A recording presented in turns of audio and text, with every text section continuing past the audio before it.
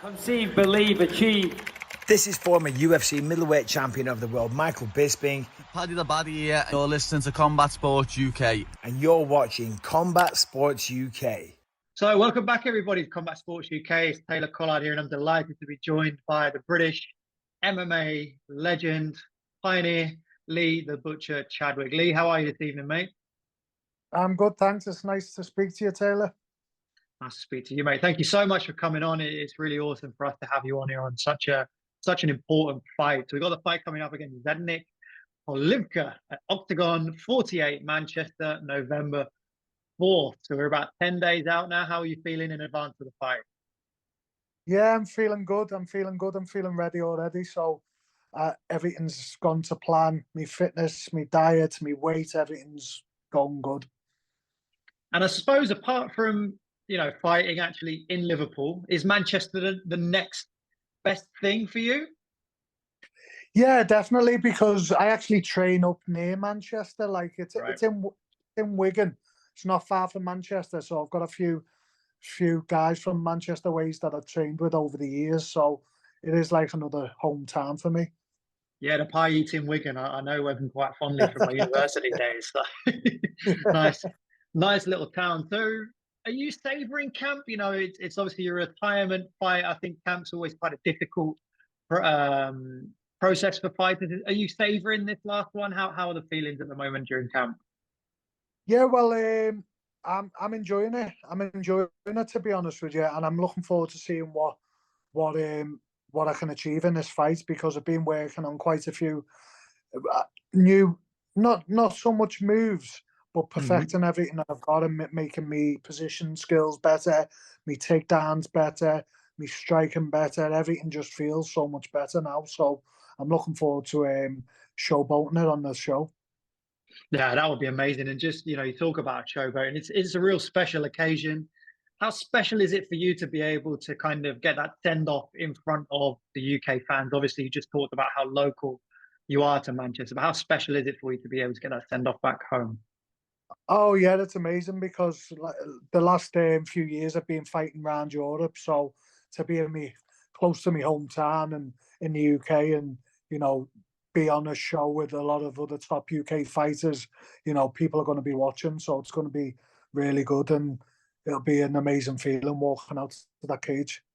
Yeah, there's certainly going to be a lot of eyeballs going onto the card itself. So I won't ask you the stereotypical reflection questions about your career. I've just got two questions about the career, and they're quite specific ones. So if you could relive one moment from your career, what would it be and why? Probably, I think the best so far has been the Cage Warriors world title. Winning that was amazing, because I know it's not as big a show as the shows I've been on, but being on the top of that show and, what I had to go through to get there meant a lot to me. And it opened new doors for me to Bellator and PFL and stuff like that.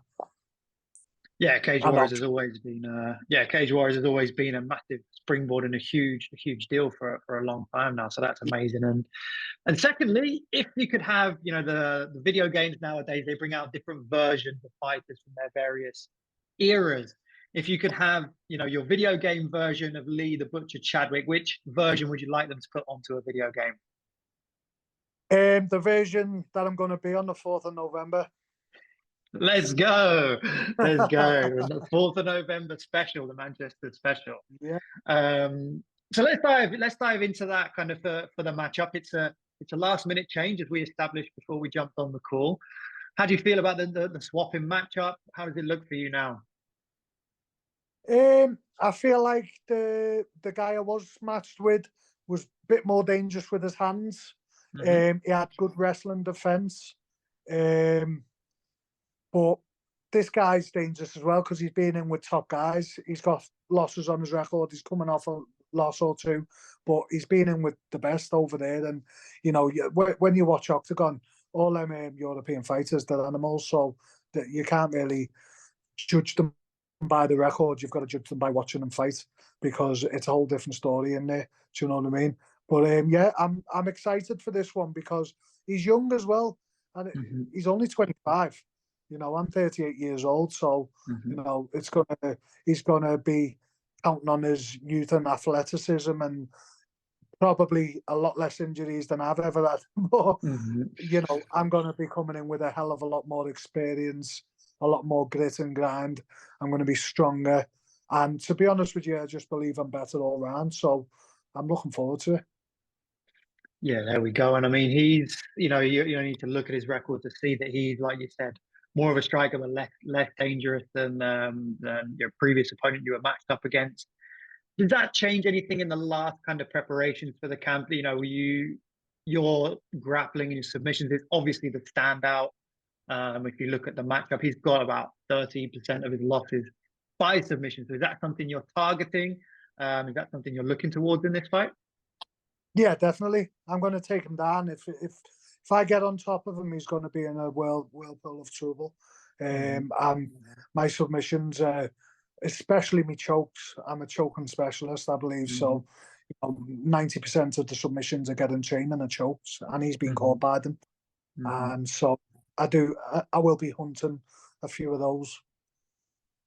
And in a perfect world, obviously bowing out, what would be if you could set it up perfectly, what would be your dream submission to go out on?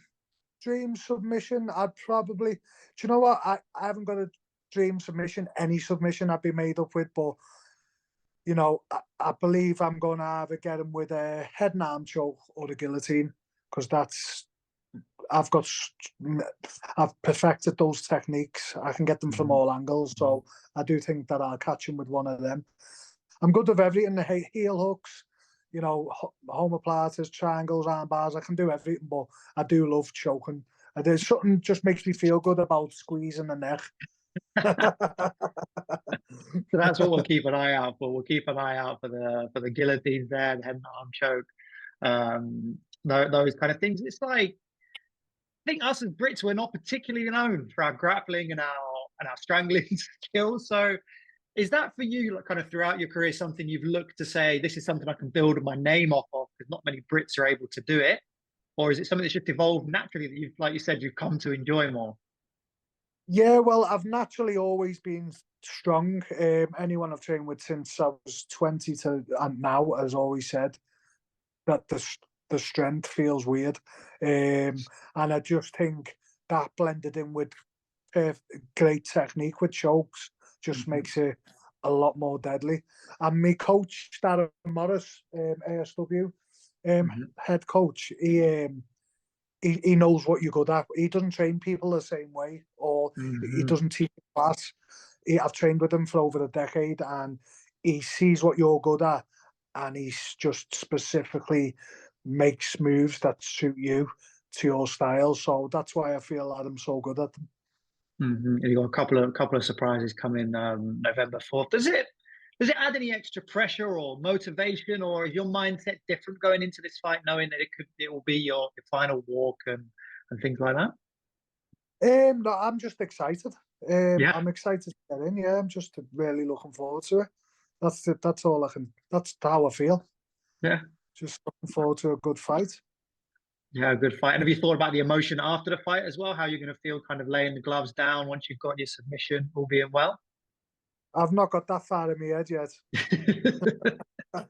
That's probably quite smart. Just plan on what you can control, right? Yeah, that's it. That's it. Awesome. So what's next for the Butcher? Where does the Butcher go next after butchering people in a cage? And obviously you're teaching as well that you're doing. How else are you gonna, not say fill the void, but what else have you got planned for your life after fighting? Well, I enjoy teaching and stuff like that. I like passing my knowledge down to the younger generation. I believe it's important for the progression of MMA, for pioneers and veterans to be passing their knowledge down to the next gen. So, yeah, that's what I'm going to be looking forward to doing a bit more, and cornering people, helping people on their journey. And is there any other particular career? I've heard niggles and rumors that you're going into firefighting or something along those lines. Yeah, but that's being put off because I'm not allowed to do it while I'm actively fighting because of injury risks. Right. Okay. So you're not able to actually do it. That's being put off to next year, yeah, so that I can get this fight. Okay, so you can get this fight, and then you can go back to your train. Have you been training up until now? Like, have you gone through a bit of a process, or how has it panned out so far with the firefighting? No, I can't do the final training program until it's because then you get picked after that. So it's just all the application phases and stuff like that this time. But yeah, like I say, I'm going to be getting onto that next year after I've completed November 4th. Once you completed November 4th, the last dance, so to speak, Sound in like a computer game? Manchester. Yeah, exactly. Yeah, well, like you said, right? That's the version you're looking for the video game. So that's the one we're going to get November 4th. So just kind of, I'll throw the final word over to you. Kind of, if you wanted to sum up your career and what it all means to you in a nice, succinct little summary, that would be fantastic.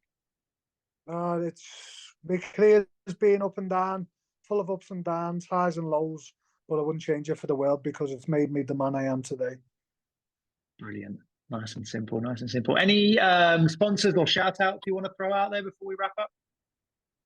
No, because I always forget someone and it does me head in. But I just want to obviously say thank you to my team, my family, my friends for always supporting me and being there by my side because they come along on the journey with you.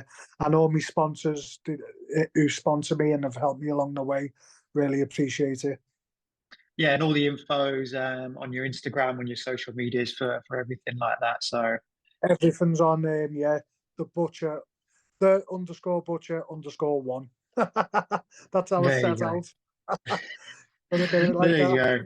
That's where you need to go. So listen, get yourselves to Octagon in Manchester. If you're anywhere in the UK, Saturday, the 4th of November, that is where to be. We're going to be there covering it. I'm going to be there personally. So Lee, I'll be looking forward to catching up with you for the winners interview on the night.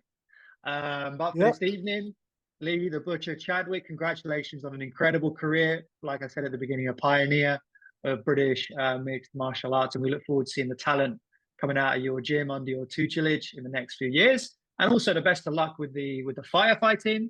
So that is Lee the Butcher Chadwick, Octagon 48, November 4th versus Zadnik Palivka.